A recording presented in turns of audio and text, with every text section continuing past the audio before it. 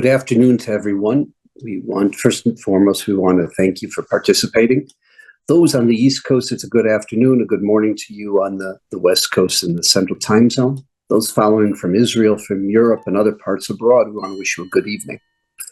Today, we once again are blessed with an incredible individual, Shai Bernstein, whose story is a unique story, but it's a story that really embodies the incredible sacrifice, incredible commitment of Jews all over the world over the course of this war.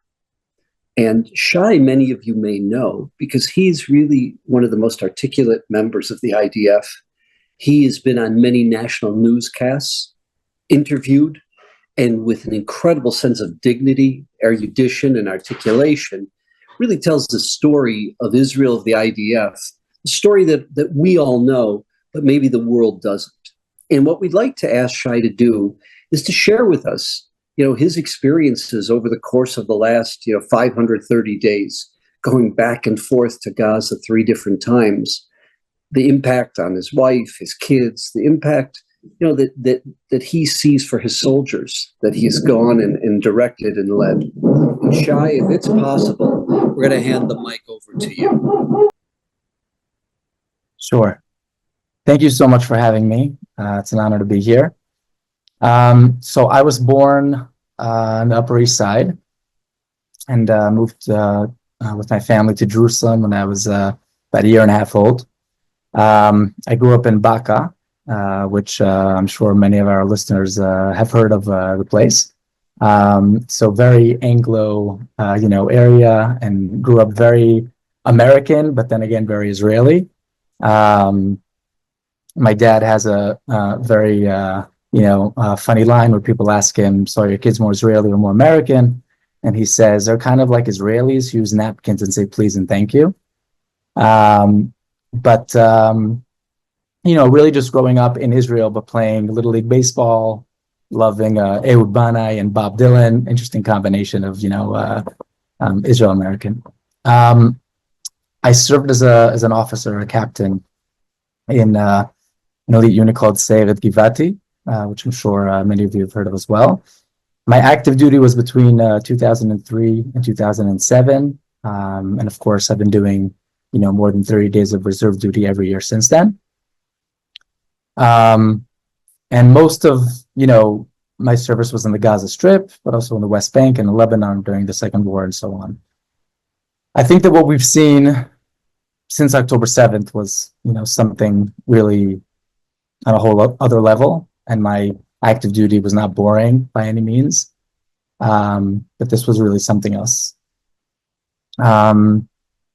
So I'll start by saying that I, moved back to New York for my wife's research at Columbia. And we moved to Riverdale about 2.5 years ago.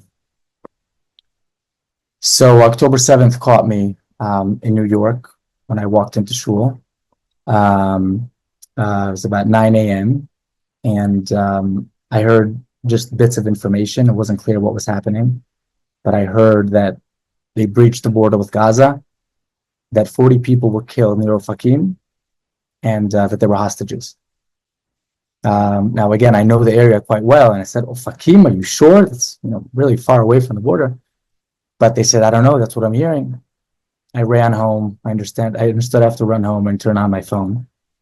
And I saw the WhatsApp group of the officers in my unit.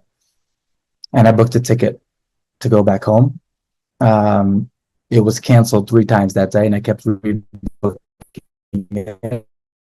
Because of course, Ben Gurion Airport closed all the flights that day. But I was able to come on October 8th via London. And I think, during my flight back on October 8th, I remember there were 2 British flight attendants asking me. They saw my ticket and they said, excuse me, sir, are you going to Israel? Right? And I said, yes. And they said, what brings you to Israel? Especially at this difficult time. This is October 8th, right? And I explained that I'm going to join my unit. And they said, wait a second, but you have a wife and 3 kids in New York. You live in New York. And you're joining a unit? And I said, yes. And they just couldn't understand it. They said, there was a war in my country, I'd be running away, and you're running towards it. Aren't you afraid? And I said, of course I'm afraid. But it's not about me or my family, for that matter. It's about something bigger than us. It's really about, the generations of the Jewish chain and Netzach Israel. My grandparents on both sides were sole Holocaust survivors. And it's something that we unfortunately experience firsthand, all of us, right? That there's something much bigger than us as individuals. I arrived at the airport. I told my parents to bring my, miluim bag, my reserve duty bag that has all my equipment, to the airport. And I went down south to join my team. My unit was tasked with securing the parameters of the Nova Festival and dealing with all the aftermath of that area. As I'm sure many people, who are listening know, really the whole area, all down south, was just in chaos. Whether it's the bodies on the side of the road and just the destruction, really felt a little bit like a movie set. You couldn't believe it was real. And then we began organizing our equipment and training towards the ground operation. My unit usually deals with special operations that involve gathering intel or, arresting wanted terrorists and so on. We started in kibbutz Erez, really, in the central part of the Gaza envelope, and we walked 4 miles into Gaza. I have to say that the most challenging aspect of this part isn't necessarily the actual movement when you're carrying over 50% of your body weight and, moving slowly and carefully. Not to mention the fact that I'm 41 and I have a split disc, but more really understanding the complexity that you're walking past the fence, the actual border, into enemy territory. Now, I've actually done this before multiple times, but still, we knew what Hamas was preparing. We knew, how they're investing all the aid money to build an underground of terror tunnels, double the size of, the New York City subway system. And we knew about all the booby traps and that we can find ourselves in a gunfight at any point in time. I stopped counting, the times that I had a close call, a gunfight with bullets hitting just above our heads, or an RPG that just missed us, a booby trap that for some reason didn't go off. And, sometimes we felt it was a miracle. But after a few incidents where we unfortunately lost friends and had a lot of injured, the word miracle no longer seemed appropriate. Once we entered Gaza, I was part of a team of the deputy battalion commander, a team of 6, and we discovered a Hamas stronghold in an UNRWA school. We found, gathered a lot of intel, maps, laptops, and a lot of information that was very useful for the IDF, thank God. But I could vividly remember the playground of the school, the Minnie Mouse pictures on the wall, and behind that wall, the Hamas, stronghold. In that complicated mission, my team of 6 was hit by an RPG. 3 out of the 6 were hit and injured. I was just extremely lucky. I was around the corner, literally the corner of another wall, right? Just separating us. And I remember seeing the flame. I remember feeling the heat and the explosion, everything shaking, and then silence. A little bit of a ring in my ears, smoke and dust. And then, of course, hearing the screaming. We evacuated them under fire. There were more wounded soldiers from a different team. And, after doing that and evacuating them, you realize that you have to go back and continue because there's still a lot of work to do. And so we did that. And an hour or two later, we lost Raz Abulafia, Zichrono Livracha. He was killed by a sniper about 50 yards away from us. 2 days later, in a different incident, our unit was ambushed and hit by more than 10 RPGs and heavy gunfire. We had more than 13 injured in total. And we literally ran out of stretchers, which is something, that we never encountered. And so it was very complicated evacuation. For me personally, these evacuations were definitely one of the most challenging things I've ever faced so far in my life. Experiences that I don't, feel ready to unfold, or process just yet. Later on, we discovered a shaft of a Hamas tunnel based out of a hospital. We exposed during those first 3 months more than 14 tunnels and collected essential intel that, to quote Herzl Halevi, the chief of staff of the IDF, played into strategic decisions of next units that were entering Gaza and saved many lives. Our small part of this very complex operation. I didn't mention, because we went in first. In a different, very difficult incident, Moshe Leiter, zichrono levacha, a friend of mine who studied with me in the Mechina in Eli, was killed less than 100 yards from where I was, a separate unit, separate mission. His team had uncovered a tunnel under a mosque. It was heavily booby-trapped, and 4 soldiers were killed in that incident: Moshe, Yossi Hershkowitz, Matan Meir, and Sergei Shmerkin, zichrono levacha. Just for those listening and participating, Moshe Leiter he had 5 children. He was a physician. His father, Yechiel Leiter, is the ambassador, the Israeli ambassador to Washington, to the United States. Correct. Now, I unfortunately missed the Shiva and the funeral because I was inside, and I actually discovered it was Moshe only a few days later, meaning when the explosion happened, we heard the explosion. We were pretty close, and we were scrambled because we thought that, we need to help them with the evacuation. And as we started to get ready, they told us that, there's no need for us to come. So I knew there was a terrible incident. I didn't know Moshe was there and that he was killed. And, only 3 days later did I learn that he was killed. And I remember that after my first round, when I came back to New York, I remember seeing the video of the funeral, and seeing Tzipi, his wife, saying to her children, and I'd love to share this with everyone here. She said something beautiful. She said, "From now on, my loved ones, your father is like all the important things in life, like love, light, like emunah, faith, like happiness. All these are hidden. We can't see them, but they will forever be in our hearts." And, despite all of this, I really do feel like it's a miracle that I'm, alive and healthy, and that I get to reunite with my wife and kids. And I thank God for I thank God for it every day. But it really does put me in a little bit of I think uncomfortable is an understatement, situation, because many times I ask myself, why them and not me? And unfortunately, we've lost so many friends, and we have even more friends who are wounded, different, various levels and types of injuries.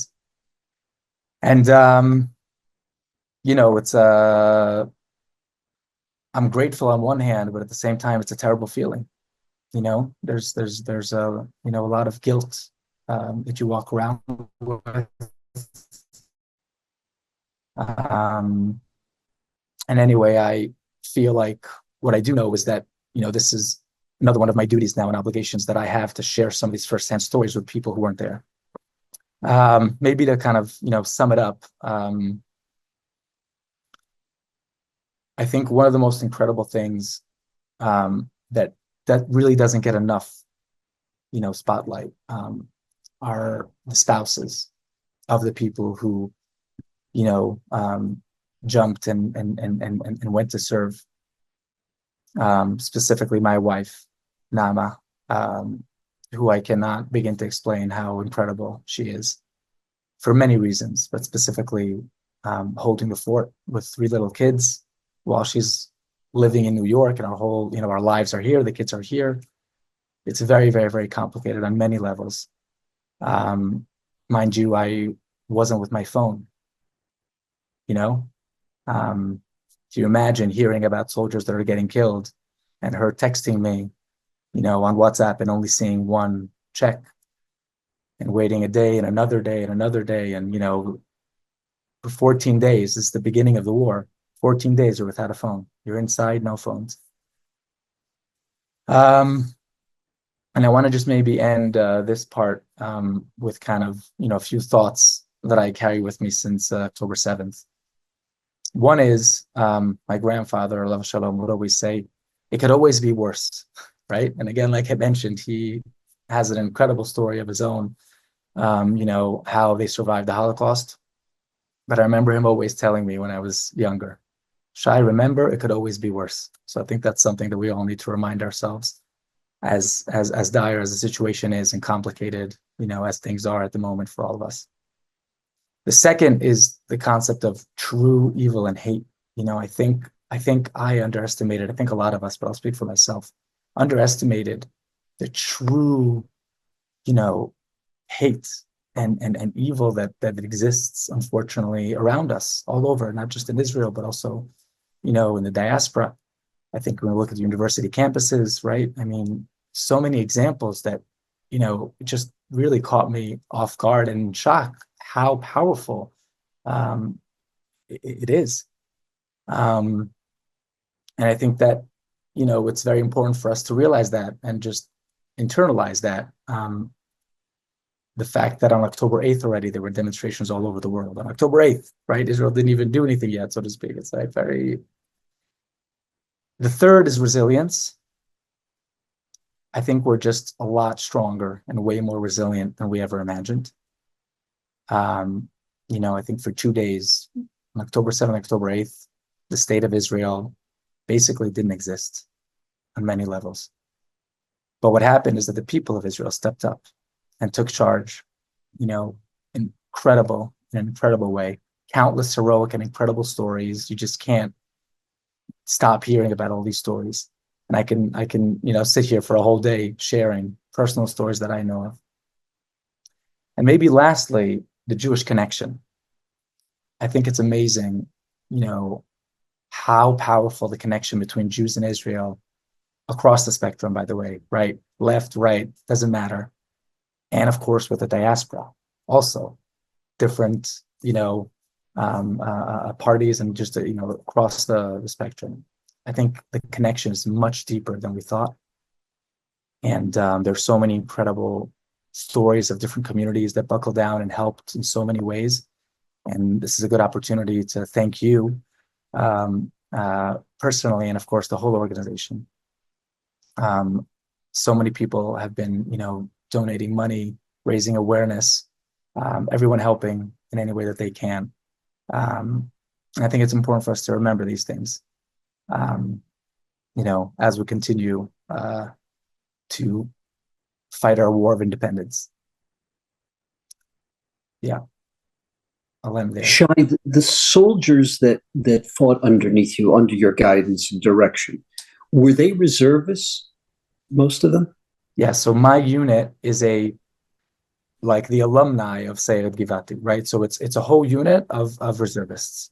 So you have, lawyers, teachers, doctors, plumbers, you name it.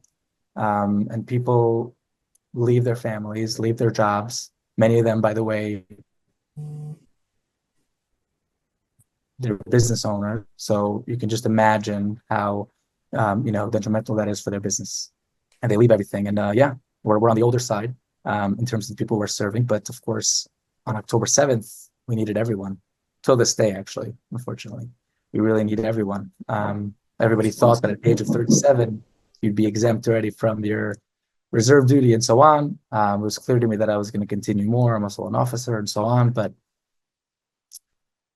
yeah, we took a very active part in this war, like many other, brave soldiers that dropped everything. Yeah. Can you describe for us, it's one thing if you have a group of 18, 19, 20-year-olds, who have a commander who might be 27 or 30-year-olds. In your case, you're dealing with men who are in their 40s, their 30s, their late 20s. Can you describe the dynamic? I'm sure it's a very different dynamic. As you said, this one's a lawyer, this one's a plumber, this one's has a startup. Describe the dynamic amongst the soldiers on a social and a psychological level, especially for those of us who are not in the military. This is not the image we have when you think about whether it's films that we've seen, whether it's stories that we've heard, etc. So it's actually a great question. Honestly, I wish I could kind of take a video and kind of bring you guys in and see what it's like, because it's actually quite magical. It's a crazy situation where you do not have the same authority that you have in your active duty, where it's very clear, this is a command, right? I'm the commander, I command you to do so and so, this is what we're doing now, and people follow you. Of course, even then, people follow you not just because they have to, but rather because they believe in you, right? That's leadership 101, right? But what's amazing, there really are so many amazing things about Miluim, if I'm honest, but I think one of the most amazing things is that in so many cases, not just me, there are so many cases where you have officers and commanders who are many times part of the team, the actual team, so peers, or many times younger officers than the actual soldiers, right? And it doesn't matter because we're all in here together and everybody's friends. Like I said, there's no distance, so to speak, right? Like there is at the beginning of your active duty. And it's really all about people coming together and understanding that there's a greater purpose than me and than our team, and that we're part of something. And this is what we have to do. And one more word maybe about Miluim, well, actually two in that sense. One is, you mentioned startup. I actually think that Miluim is one of the most, it's a miracle. And it's the epitome of innovation and startup, in the sense that what you will do will happen and what you won't happen. Meaning, for various reasons, what your responsibility, your team, your unit, you're in charge of the training. You're in charge of the equipment, of what's going to happen, how, right? The army is there with certain capabilities, but unfortunately, many times it's very limited. And you just see the most beautiful examples of entrepreneurship and initiatives that people just take upon themselves. They just take the responsibility, say, oh, we're missing this, we're missing that. Okay, let's figure it out. And it's just I'm always amazed, actually, really. More than 15 years I've been in reserve duty. Every time I go, I am inspired by the, incredible capabilities of that, innovative concept. The second thing, and this is kind of more just about the state of Israel in general, when you serve with these people, these type of people, you see how everybody you have different, beliefs. People voted for different parties.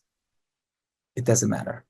And you can have the most heated conversations also on arguments, right? I like telling the story where we're sitting there and there's a heated conversation about the judicial reform. And Yaron, who voted for Bibi, and Dan, who voted for Gantz, and Yossi voted for Lapid, and there, it looks like I remember sitting there and looking at them, and it looked like a reality TV show of who loves Israel more. And they're fighting, and in 1 second, in one instant, we're scrambled, and everything moves aside, and everybody runs together as one, carrying the stretch the wounded soldier. And I just think it's the most beautiful thing, where Israel as a society, all of us need to learn and be inspired from the way people do things in the reserve duty. And honestly, I also think from a global perspective, I also think it's, something incredible. Shai, if it's okay to push you on one of the topics you started speaking about, and that is the wives. Share with us a little bit, from, again, the panoramic view of the various members of this elite unit, the Sayeret Givati reserve unit. What was going on with the various soldiers, with their various families. You said, as you shared with us, you went back 3 different times. So can you also, for those of us who aren't sensitive, to try to just to get us to appreciate what it's like for the wives, what it's like for a family being separated, etc. Yeah. So I'll start, with my wife. When I told her that I have to go, I said, listen, I think I have to go. She immediately said, do what you have to do. And when I walked out the door and my kids were crying, I gave them a hug, and told them not to worry. And I left. And I later learned that they asked her, but why does Abba have to go? And she said, because when Israel needs us, we come. And I think that really encompasses, all of the wives and the spouses of people who have been serving for so many days during this, unprecedented time. Because people understand that there's no other choice. And people understand that they have to carry the burden. And what's sad is that many times, the warriors get the glory, so to speak, and the, let's help our soldiers, which is, obviously important. But so many times I feel like the women feel, like transparent, invisible. They feel invisible because they're saying nobody's taking care of us. Nobody realizes how hard it is for us. And it's very true. And so I think it's really a great opportunity to appreciate and understand what that means, right? Mind you, I was gone for 3 months. Okay. So, you go for a business trip for a couple of days, right? It's hard on your spouse. We don't have any help also, right? She's working a full-time job. And she has to take care of everything alone. So that's not just a few days. It's not even over the weekend. We're talking about 3 months of doing that. Furthermore, she really doesn't have direct contact with me, and after 6 weeks, she came to Israel because she really couldn't take it anymore, rightfully so. Not hearing how I'm doing and seeing the news and knowing friends of ours were killed. And she came for a month. And during that month, we met twice for 24 hours each time. Now, just imagine what that does to a relationship. Imagine what that does to a household. Our kids, if I'm honest, I did not appreciate enough how hard it was for them. Obviously, I knew it was hard. Obviously, I knew that they had nightmares, and what, I'll share maybe a quick story. You tell me, how we're doing time-wise, but a quick story that my wife... We're fine. Don't worry about the time. We're doing fine. My wife shared with me that while I was away, at the beginning, there was one night she was putting the kids to sleep. And this is an incredible conversation. So she's reading them a book. And, I have 3 kids, 9, now 8 and 5. And she says, the youngest one, Ella, 5, she says, when is the war going to end? And, she said, I don't know.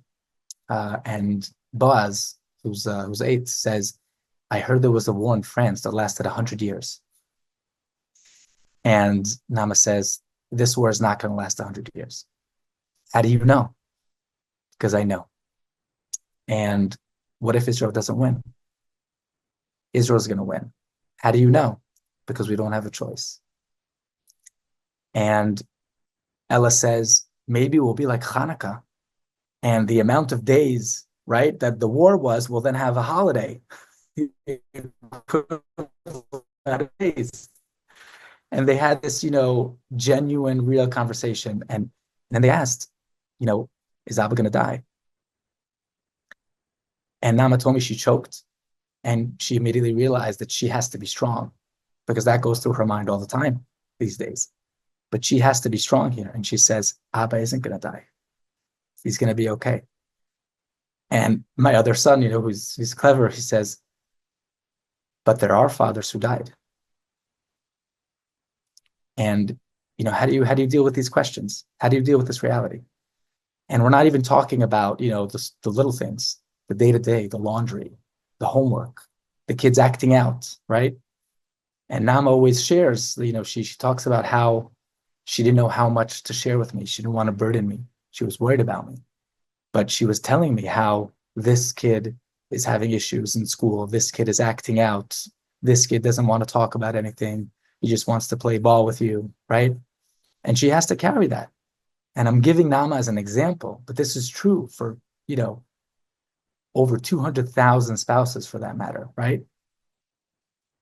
And I think it's incredible, that they're able to do this, but I think we all have to be also real and understand the cost of something like this. I mean, unfortunately, there are a lot of couples who are suffering. There's a high rate of divorce. Again, people are losing their jobs. It's very, very, very challenging. And unfortunately, it's like there are relatively very few people, right? These miluimnikim, these reservists, who are carrying all the burden on their soldiers. Like they're on their shoulders. Sorry, they day in day out, right? I mean, you mentioned the 3 tours, right? So each time there's a different, we're called up, and sometimes it's 3 months, sometimes it's a month, 2.5 months, and each time you have to go back, and your kids are hearing the news. Your kids are going to funerals. They know that you're going to the war. It's very stressful.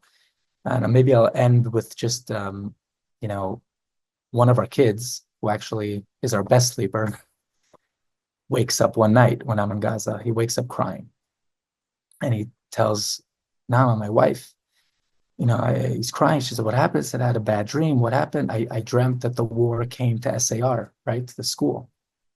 And I dreamt, that I had to help put the kids in class and go fight the bad guys. It's like it's a 7-year-old, and we know for a fact, unfortunately, that there's so many kids in Israel who have been enduring, so many, way more worse things that we're talking about here. So I just think the emotional maybe stamina and resilience is something that we take for granted, and that I think we need to address as a nation. But at the same time, it's amazing how resilient, everyone is. If I may ask it, and don't feel obligated to answer this, in the case of your family, in the case of some of your soldiers, how long would you say after you return home, where you're back to work, the family is back to whatever kind of schedule it was used to, how long does it take you to perceive that the kids are, if there's such a word as back on track, or sort of in a mainstream focus, as opposed to being in a place where they're just not comfortable, where they're just erratic? Yeah, I think it's very hard to say. Clearly, it's, very individual, different kids, different families. I could tell you personally from my experience, first of all, it's very hard to get used to being back in your regular life with the kids after, you've gone through what you've gone through. It's very challenging. And again, I think a lot of people don't appreciate that or understand what it means. I remember coming back and going to a birthday party of my daughter's friend, taking her to a birthday party. And we're sitting there, and suddenly a balloon pops. And my heart starts racing, myself like ducking and looking for cover. And my blood pressure's high. And I look around, and then I take a few deep breaths, and I realize that I'm in New York. Right. And I remember telling my wife, like, so what's this? I'm going to be all PTSD now? Like, is this how it's going to be? Like, and, of course I, heard and whatever, that this is very natural, especially at the beginning. And you have all these examples. You're walking around, and there are fireworks, and you start, jumping. I remember going to throw out the garbage. This is weeks after I came back. And, one of my kids yelling to me, Abba, where are you going? Where are you going? With like tears in his eyes. And I look at him and I say, I'm throwing out the garbage. And you saw the fear in his eyes. So again, I think it varies, thank God, all in all, my kids are okay. It's not easy. It's challenging in many ways, but thank God we're okay. I know for a fact, a lot of my soldiers and, people who were with me in my unit where it's not always the case. And, I have a friend, Dan, who lost the use of his right arm, and he has a very bad case of PTSD.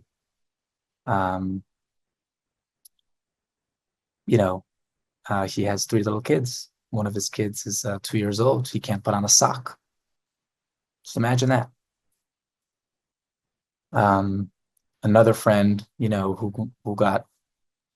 has 4 bullets that hit him, and he can't walk yet, and he can't even sit for 15 minutes. He's in crazy pain. And then, of course, there's, another friend, Dvir, who looks fine and came out without a scratch. But we know that he has a very bad case of PTSD as well. And he's not sleeping. And he walks around and people think he's normal. Nobody knows what he went through, right? Anyway, so it's a real challenge, and it's really there. If you could address, I just can't imagine you're coming off a battlefield, where you've experienced almost the death of some of your soldiers, for sure, massive casualties of your soldiers. Now you have to go back to the workplace, leaving aside for just a second the family, which in itself is a huge transition. How does one go back to work, after that? In other words, your whole psyche is different at war. Yeah. I wish I had an answer, because it really, the transition are really, really, really challenging. I think in my case, this is true, by the way, also for people in Israel who were in the war and then just go back to Tel Aviv or Ra'anana or Jerusalem, right? There's still a very heavy transition there. For me, it's, a little bit more challenging because they're like kind of, circles maybe, right? And then suddenly from Gaza to New York City is a whole other kind of realm. But I remember speaking to my friend, who, the time difference helps us because sometimes when they don't fall asleep, they could call me and I call them, right? So it's good. And I remember speaking to one of them who called me, and he's crying from the pain. And we're talking, and I then realized that I have a meeting in 5 minutes. And I say to him, dude, I have to jump on this meeting. Let me call you back in like 45 minutes. And I get off the phone and I kind of, wash my face, splash some water on my face, because next thing I know, I'm on a call with Citibank, and we're talking about, improving the UX UI and increasing sales by 6%. And I remember feeling that crazy dissonance of like, first of all, what am I doing, right? Second of all, how am I supposed to transition, so quickly from that conversation and from that reality to this? And it really is very challenging, but it's a parallel universe, it's just a parallel universe. And sometimes you just can get kind of sucked into something like that, and you can read something or hear of something and kind of zone out for a bit in that sense, and it brings you back. So that's definitely, very challenging. But at the same time, look at the bright side. You get better transitions, and got to keep going. Many of your soldiers, many of your fellow officers, at least geographically now, they can get together. They could get together for Purim. They could get together on a Saturday night, whatever it may be. You're across the ocean. I'm sure that's a challenge as well, because what you went through with them is much more intense than any relationship, is much more intense than any other possible experience, on Earth. and at least they have each other where they can bond. You can obviously WhatsApp them, but it's not the same thing as being there on that Saturday night or being at the Purim Suda. Yes, 100%. You hit the nail on the head. That's actually maybe one of the hardest parts for me. I think people don't appreciate enough, and we spoke about this briefly in our last conversation. People don't appreciate enough the power of the team. The fact that you're together with this group of people. First of all, they're your brothers in arms, and you went through everything with them, and you would take a bullet for them, literally. But you're also in sense of, coping with it and kind of, processing it and healing from it. The best way to do so is as a team and the people who are in it together, because I can't explain to you how difficult it is to be in a situation where I want to share something with someone, or, I guess I'd say I'm so remote at the moment from anyone who can even begin to understand, this specific feeling or what I'm thinking about now or what I'm talking about. It's like that moment where you hear, a loud motorcycle go by and it sounds, because of the echo, like certain explosions or gunshots. Once that happens and I jump, I really wish I had, someone next to me that can relate to what I'm feeling, and not just feel, my wife's hand on my arm, which is, of course, very comforting, right? Thank God I have her. But, there's this bond. And it's even not only with your team members. I found it happens sometimes with other people who just experience something similar, right? Like I was at a dinner last year, and there was a soldier from a different unit, right? Similar to mine. And it's just immediately we start talking and, oh, where do you serve? Where do you serve? And immediately there's just like this deep connection where the subtext is, I feel you. I got you. And there's just like this level of intimacy that immediately happens, and this like connection, yeah. And it's something that, it's something that I definitely miss. And it's not easy being far away. Shai, I have to thank you. I mean, where we went and the issues we discussed are not simple, not easy issues. It's very important for us, not that we can relate to it because we were not on the battlefield. We weren't your wife who was without her husband.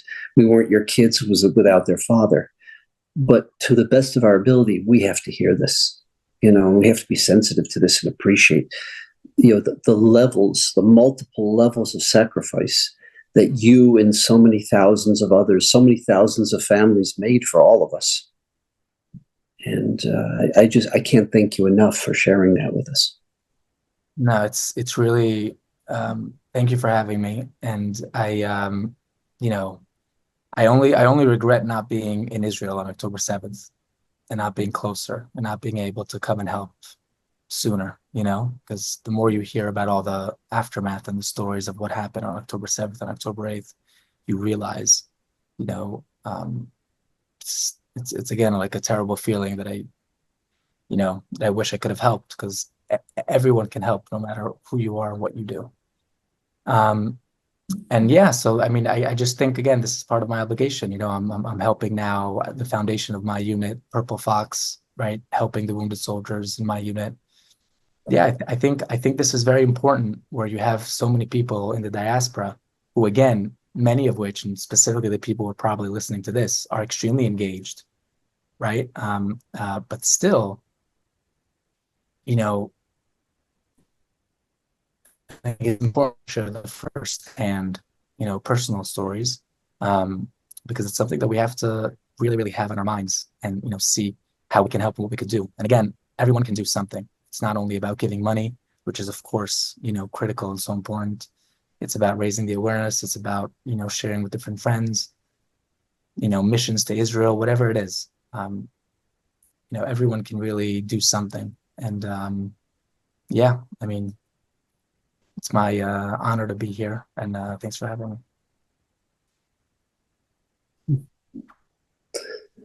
Shai, thank you. And thank Nama, your children, on behalf of all of us. Thank them for their sacrifice as well. Thank you.